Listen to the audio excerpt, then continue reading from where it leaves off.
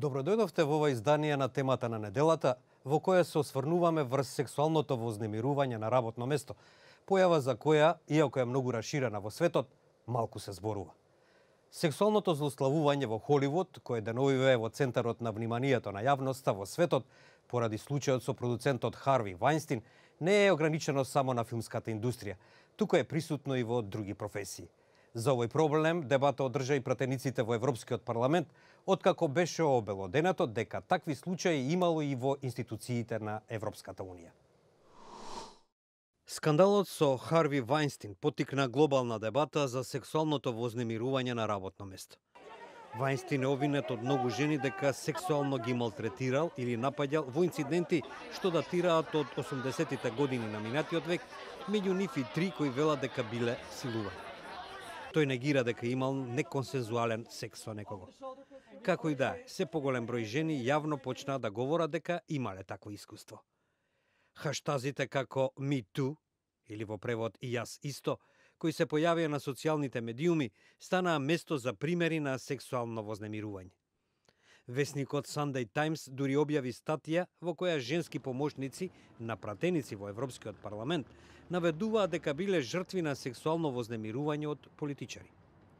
Токму поради тоа парламентот свика итна дебата на оваа тема.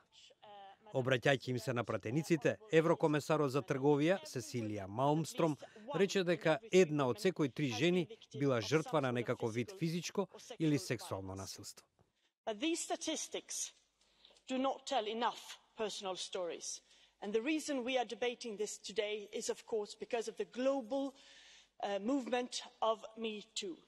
Real stories which has exploded in social media and other communication forums the recent weeks. Stories that have been kept locked in the memories and the hearts and minds of millions of women across the world who's been suffering, who's been silently trying to forget or cope with this or ignore the pain.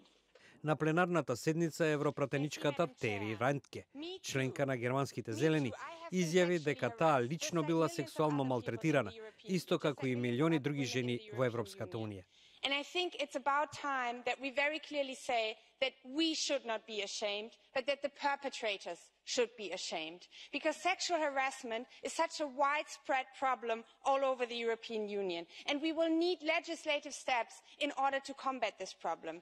За каков вид на иницијатива се работи, објаснува францускиот јуниор министер за родова рамноправност Марлен Шкјапа, која вели дека ова е поинаква од претходните краткотрени дебати по скандалите со француските политичари во изминатата деценија. C'est préserver justement la séduction, la galanterie et l'amour à la française que de dire on préserve le consentement et que dans un cadre défini entre adultes consentants, tout est permis, on peut se séduire, se parler, etc. Mais qu'à partir du moment où quelqu'un a dit non, qu'il n'avait pas envie de rentrer dans ce jeu, eh bien c'est un non ferme et définitif.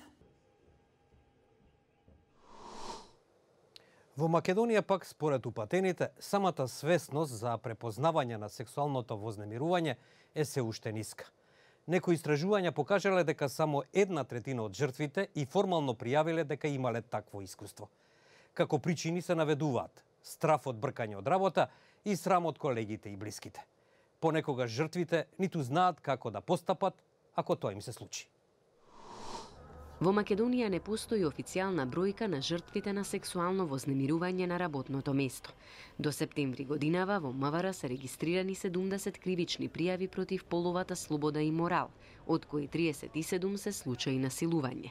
Упатените велат дека бројката е висока, но дека свесноста за препознавање и пријавување на овој феномен е се уште ниска. Истражувањето кое на оваа тема го направи Сдруженијето за еманципација, солидарност и еднаквост на жените, а кое опфаќа 809 испитанички, покажува дека скоро 17% од нив биле жртви на некаков вид на полово вознемирување на работното место. Најчесто е невербалното. Невербалното подразбира одредена комуникација која што е преку одредени содржини, да кажам визуелни содржини, пишани содржини кои што се со сексуална конотација, кои што на некој начин допринесува да жртвата се чувствува непријатно, да се чувствува недостоинствено и сето тоа ја ставаат во позиција да таа, значи на некој начин мора да биде во надредена позиција во однос на тој што ја вознемирува. Она што е индикативно е тоа што мал дел од жртвите случајот го пријавиле формално во институциите. Резултатите од истражувањето покажуваат дека само 1/3 од жртвите формално пријавиле дека биле жртви на полово вознемирување, а повеќе од 50% пријавиле само до раководното лице во организацијата. Причините поради кои жените не се осмелуваат да го пријават случајот до институциите се во корелација со родовата нееднаквост во македонското општество, смета Гелевска. Имајќи го во предвид целиот тој контекст во кој што се наоѓа жената, секако, а и тоа го покажа и податоците од истражувањето, дека во најголем дел сметаат дека се соочуваат нели со страв, дека ќе им биде даден отказ од работното место, срам од колегите, од блиските, од потесното семејство, дека можеби тие го предизвикале заради тоа што кај нас перцепцијата е дека најчесто жената е таа која што го предизвикува сексуалното вознемирување на работното место, па во голем дел испитаничките кажаа дека можеби причините се должат и на тоа срам дека ќе се случи такво нешто, но и дека ќе бидат тие обвинети дека тие се директно виновни за тоа што им се случува. Жртвите на полово вознемирување на работното место имаат правна заштита која им ја обезбедува Законот за работни односи и Законот за заштита од вознемирување на работно место.